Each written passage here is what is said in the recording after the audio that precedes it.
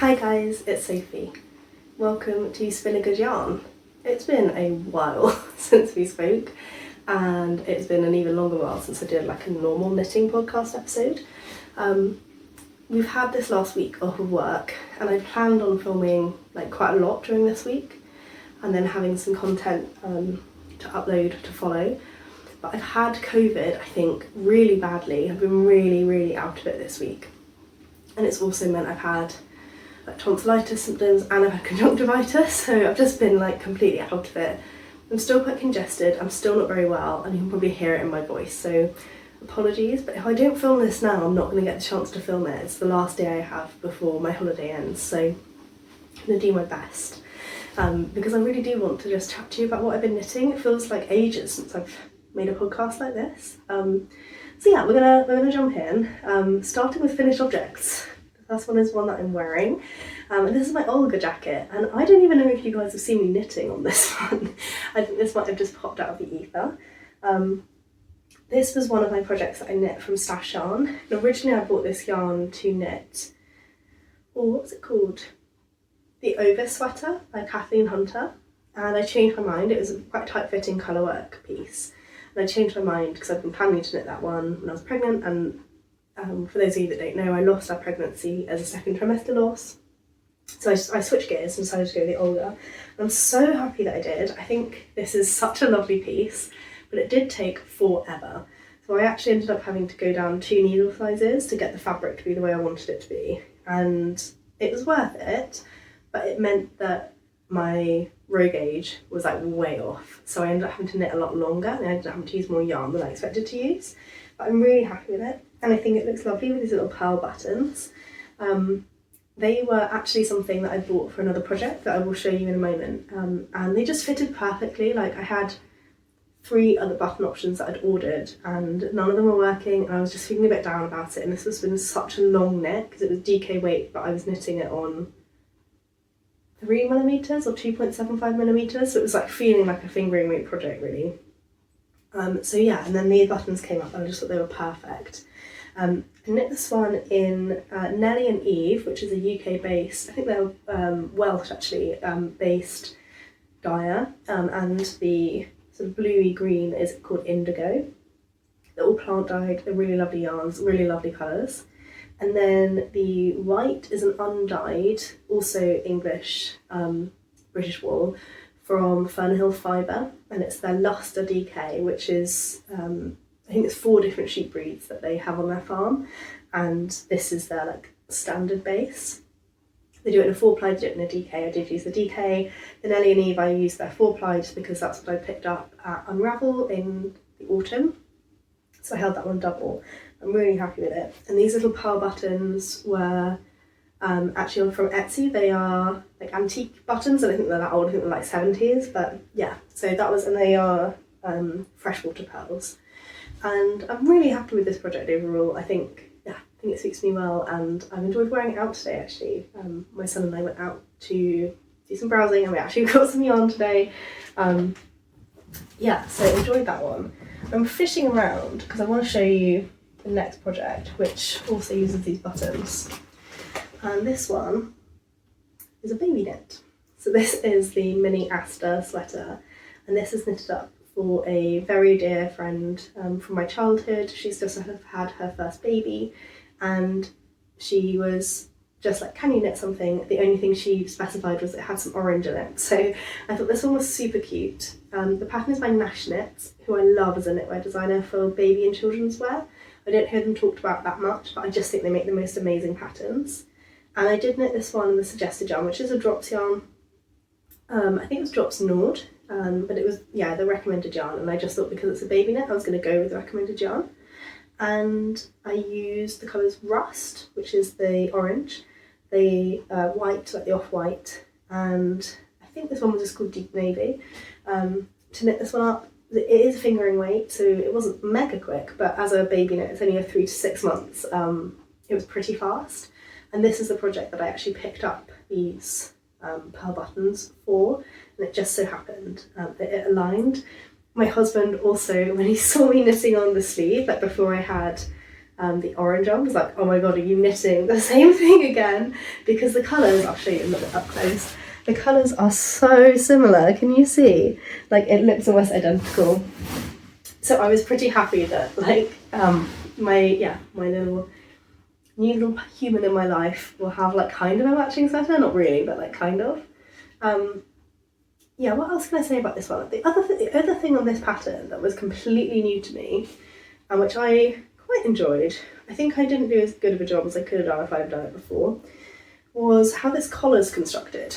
So the way you do it is you pick up stitches on the wrong side the whole way around, and then you turn around and you pick up your horizontal bars that have been created by your pickup, and then you knit the collar in the round in stockinette and then graft the edges together. So yeah, it was a really unusual construction, and it did actually tick off one of my goals for the year, which was use a new technique. And I think what I would say is I'm not sure that I have it like perfectly aligned. I think it looks fine, but yeah, I think if I was doing it again, I think there's a little bit of like bunching up here where I don't think that I'd picked up my stitches quite right. On the inside, and I think I picked up, like I had to because it's the horizontal bars, right, but she does specify in the pattern like very much like pick up loosely, and I tried to, but I don't think I picked up loosely enough, and I think that meant I ended up with, like, you can kind of see it on the back, right, with it kind of pulling to one side where I was having to really force the needle to get through to do this double knitting. But I think the effect is really nice. It looks like a folded over collar, but it has these kind of like proper like lapels, which I liked, and then there's just a little bit of short row shaping to get to your kind of points, but not very much. But yeah, so that was a really enjoyable little knit, and I've shown you I can package it up and send it off. That was part of the reason why I really wanted to film it this week, was so that you could actually see it rather than just seeing photographs. And then next finished object, fishing around in my basket of acquisitions, are these ones. So these, I'll try and show you like face on. Sorry, might be a bit of fluff. These are fresh out of the wash. These are my pair of bookworm socks. And on the front, they are just done in 3x1 rib, but the foot is actually done in garter.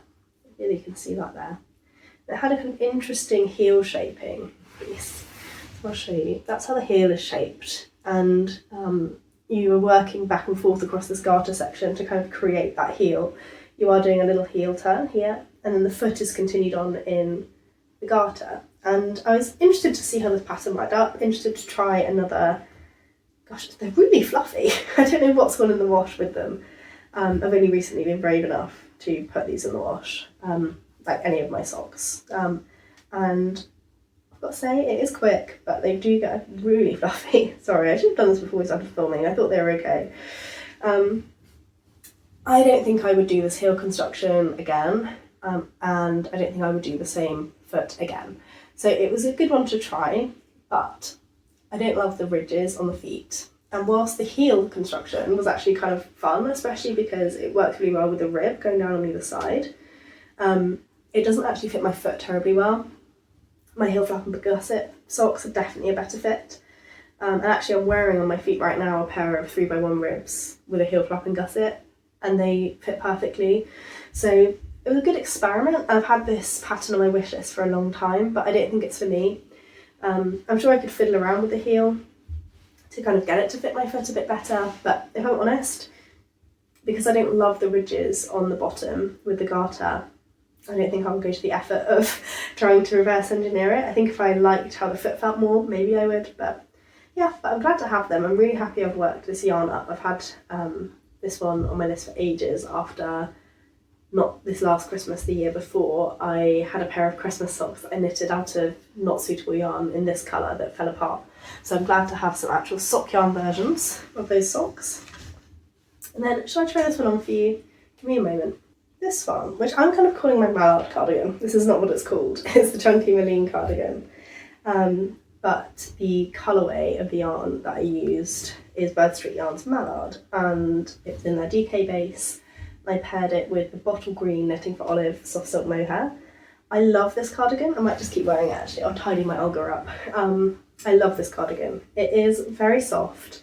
I do think the yarn will pill eventually. I have found with Bird Street Yarns, I've used 3 of their yarns now. It is very soft, but it does pill. You have got to do a bit of upkeep with it. But I think it's so worth it for this colourway. I think it's absolutely gorgeous. And I think it does really suit me. The buttons down here are from Hauling Hoof Farm, which is a button supply that I found out about through Marlene Knits when she went and did her Rhinebeck blog, I think. And I've bought buttons 3 times subsequently from them, but these are the first ones that have made it into a project. And I really like them. They're like woodcut, I'll show you up close. They're like woodcut buttons. So yeah, all wood and then kind of cut down and through. And they're like this quilt star motif. And I think that goes really nicely with the overall feel of this cardigan. It's one that I've worn to work a fair times over a black turtleneck and smart trousers. It looks really nice like that.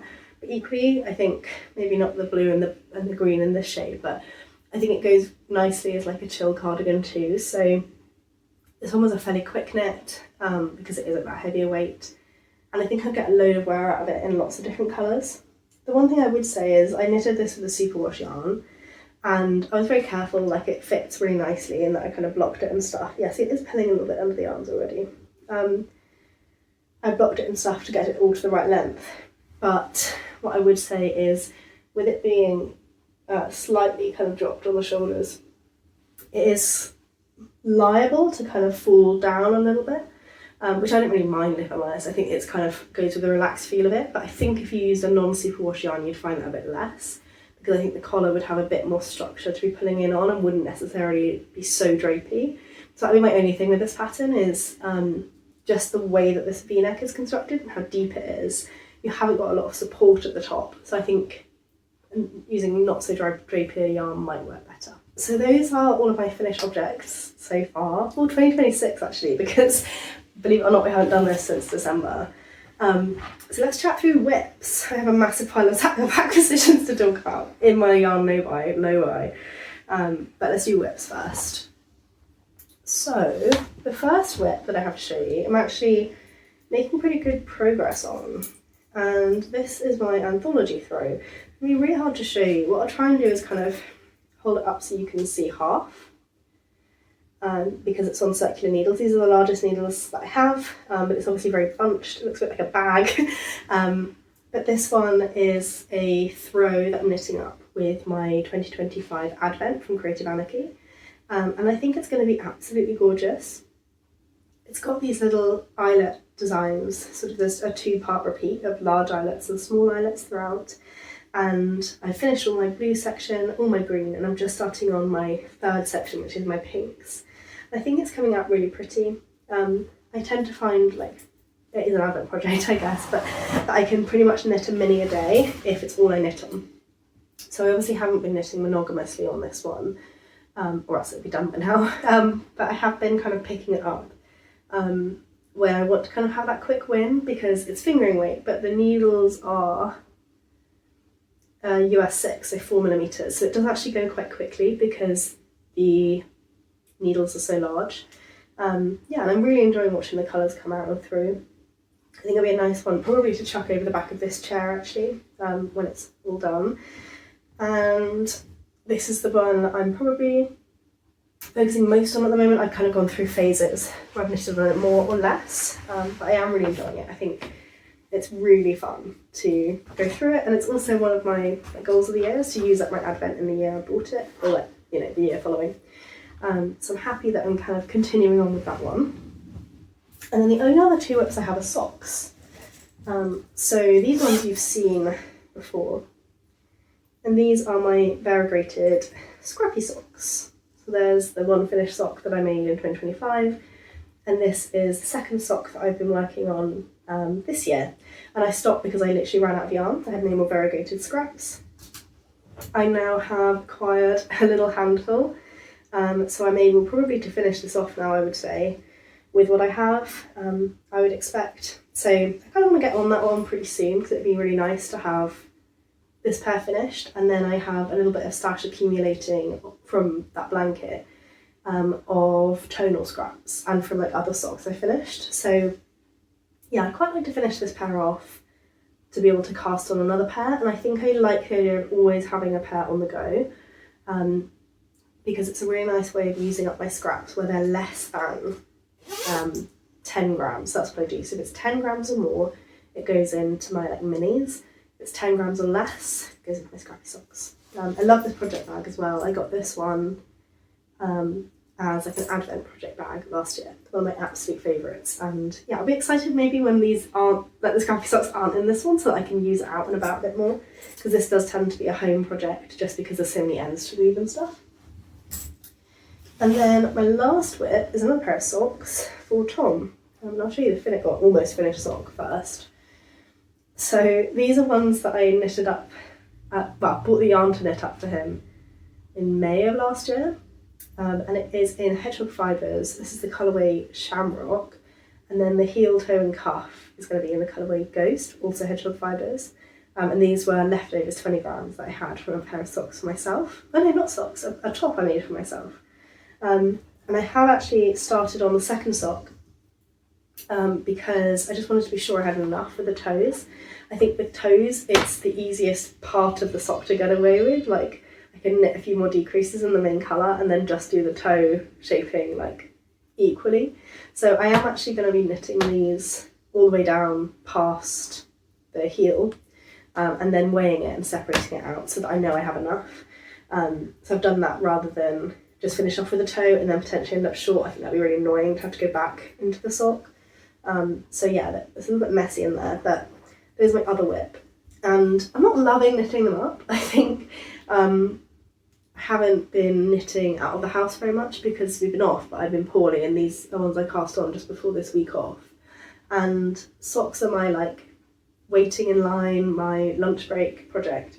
They tend not to be my main project, and because I've just been at home being ill, they have been like a main project, and stocking it around my sock size isn't as fun. But those ones, yeah, I think hopefully I might finish off in the next couple of weeks. I'd really like to be able to give them to Tom. I feel like he's been very patient. Those are all of my current whips, and then I thought we'd talk acquisitions. So there's quite a lot here, so I'm going to yarn no buy. I'm going to talk about why. So let's start with handspun, because I kind of count these as finished objects. So I have two schemes here of a really gorgeous yarn that I spun up. It's like pastels combined with a white. The colourway of this one is Coveney, and this was by the Little Fibre Co. I think it's so pretty. And I'm planning to knit a traveller cowl with these ones. I just haven't cast it on yet, partly because I've been knitting through some like what I call it legacy stash, or old stash, like stuff that is more than 6 months old. But I think this is going to be so fun to knit up and see how the colours work together. And I'm pretty happy with how it's spun. I think I did an okay job with this one. So this is an acquisition, but it's also a finished object.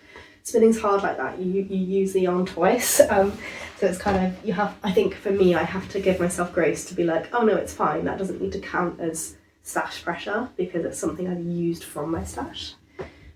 I then have this one, which is Creative Anarchy's Mother Owl. And this one is just beautiful. I can't remember what the fibre was called. I can't smell anything. I don't know why I'm smelling it. It's because it should smell sheepy, but with the COVID I literally can't smell anything. Gosh, I can't remember what it was called. It was a really, I want to say it's like Polworth. Yeah, it was Polworth. And I tried to spin this as one of my very first spins and well, I didn't fail. I spun the yarn, but it wasn't the yarn I wanted.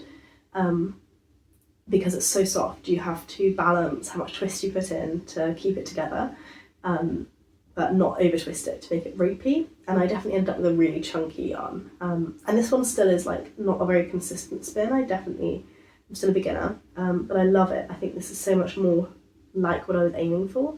And I don't know what I'm going to make with this one yet. I think I'm going to have to pair it with potentially some of the things I have in stash. I originally thought I might have paired it with this one. I think they're gorgeous together, but I have a plan with this one. But yeah, so I'm really happy. It's just 100 grams of, well, about 90 actually when it was spun up. And I'll show you this handspun next. which is Strathtide. And I think this one is Kent Romney, Cormo and Rambouillet, I think. So it's a combo of a number of different fibres. And this one was by... See, I should keep the labels until I'm completely done. I feel like it was Skein and the Stitch. But yeah, it's really pretty. So this one I want to knit up together with another in the same base, another fibre in the same base called Rosedale, to make the Night and Day cowl by Andrea Maro. That's one of my aims for the year, is to do a spin to knit of an Andrea Maro cowl, which I could also do the Coveney for, right? But whichever comes first. And I love this colourway together. Well, here's the fibre actually, I can show you.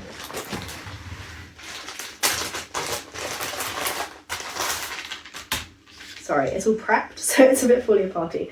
But I think those two are so pretty together. I do think they all actually work quite well together, but I haven't found a pattern that would use all three.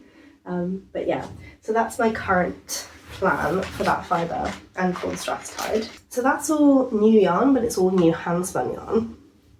And then I have these two skeins, which my mum picked up for me when she was in Porto, which is so kind. And these are both Portuguese, locally spun merino sheep. They are raised in the Serra do Sol Mande Natural Park.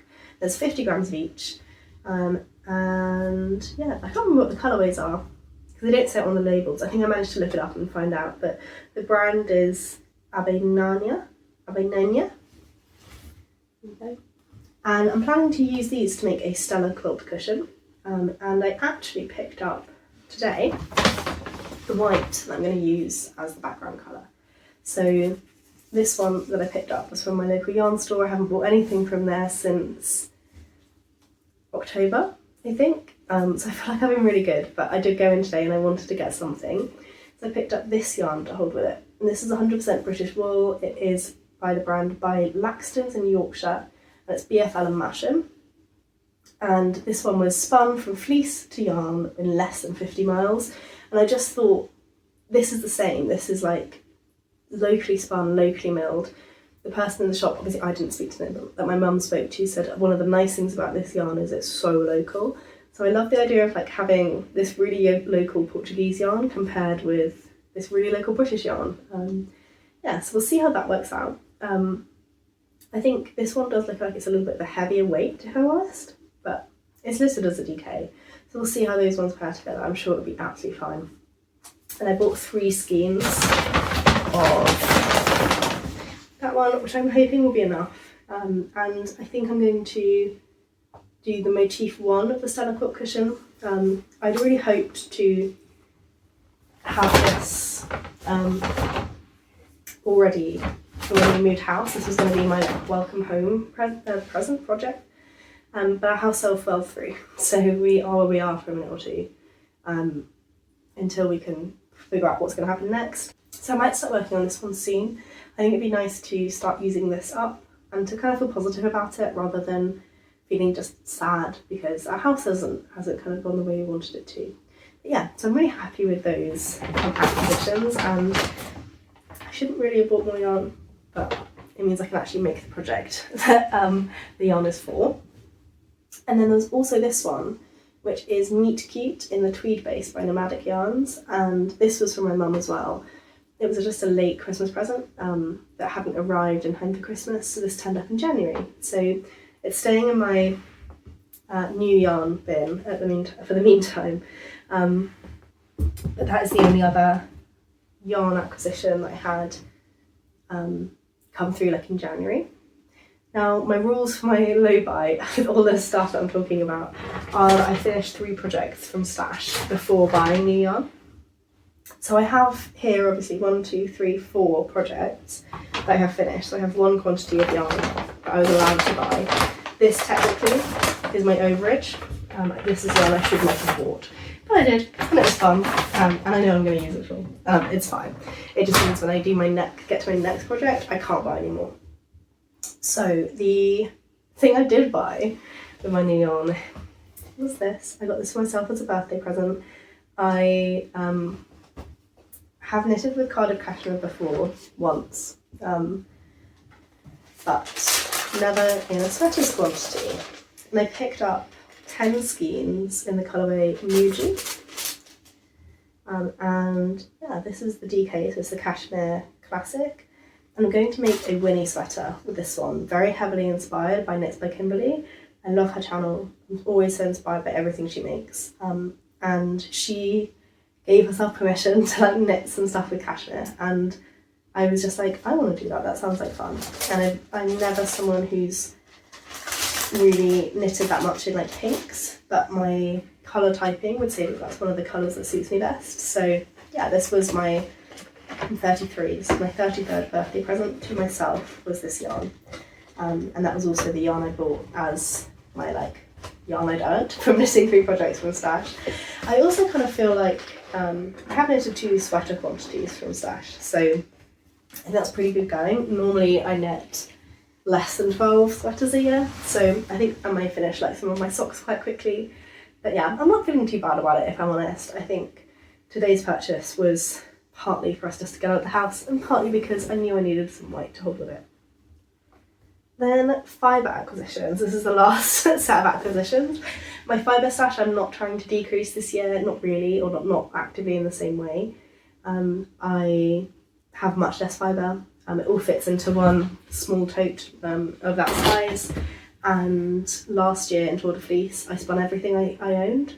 So I'm going to do Tour de Fleece again this year and really focus on my spinning for that month. And I think I'll probably spin the majority of what I own again. I had pretty much a tote then. So yeah, I'm not really being too tough on myself with my spinning stash. So I'll show you what I got for my spinning. So these are so gorgeous. I got 2 of these from Wool on the X, which is a yarn and fibre shop in Exeter that I'd never been to before. It was one of my new ones this year. And this one is called Westhorn, and it's in the natural white colour. It's only £5, which is ridiculous, and it's 100 grams. This is so soft, like so soft. I'd intended on picking up something different and went all the way up to the till and then felt this and I was like, oh no, you need to come home with me. I've never heard of this breed before. I think it's a combination of a couple of different sheep. But I'm doing like an impromptu fibre study on my own.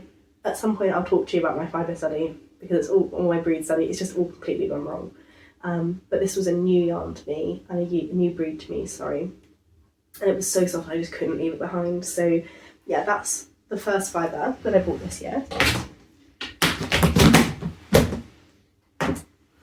And then even softer than that, believe it or not, was this one. And this is called Spinner's Dream, and it's by a blender. I don't really know what you call it. It's by someone who makes fibre called Andy. That's all it says on the label. And this one, Spinner's Dream, is 40% superfine merino, 20% camel, 10% cashmere, 20% UK alpaca. It feels like the softest hair you've ever felt in your entire life. This was soft. This is incredible. I mean, they're both incredibly soft. This one just feels out of this world soft. And I've never spun with camel. I have spun with alpaca, I have spun superfine merino, and I have spun a tiny bit of cashmere, but just together, I just thought it was so beautiful, and all the natural colours together, I think it's going to be such a gorgeous yarn. So this is another one that I was just like, I have to be able to spin this. And I went in there not expecting to buy any fibre at all, so I think I was convinced. But they are genuinely so soft. If you can find Westhorn or this Spinner's Dream by Andy and you're a spinner, they are probably the softest fibre I've ever felt. So yeah, that's my endorsement for those. And the last acquisition that I have is this one, which is Nellie and Eve again, who are the same people who I used in my Olga. And this is again plant dyed fibre.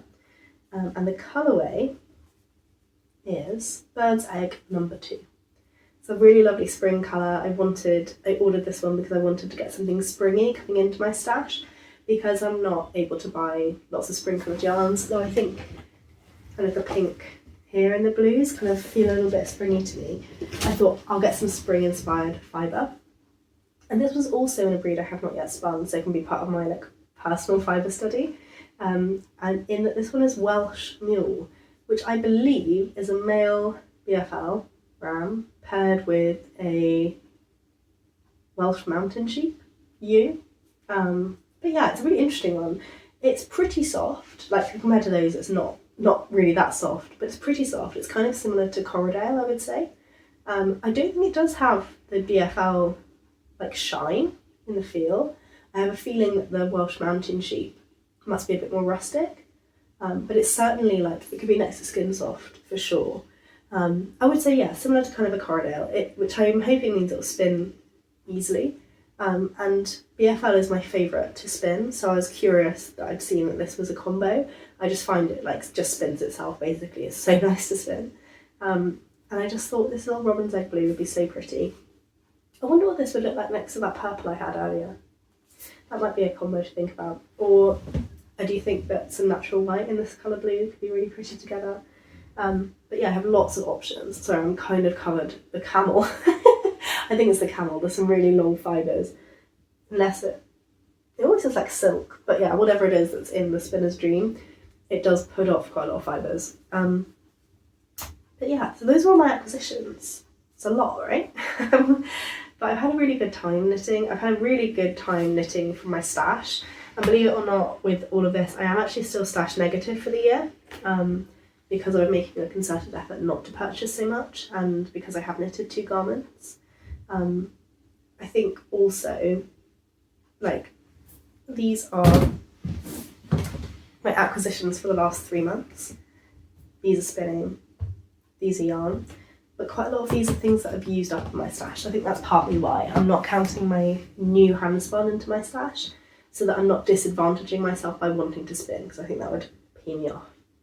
But yeah, sorry, it's been a really long video, there's been a lot to talk about, but hopefully it's been fun to watch, to catch up on all the things that I've been coming into and out of my knitting life. And I'll see you guys again soon in my next video. Look after yourselves until then. Bye.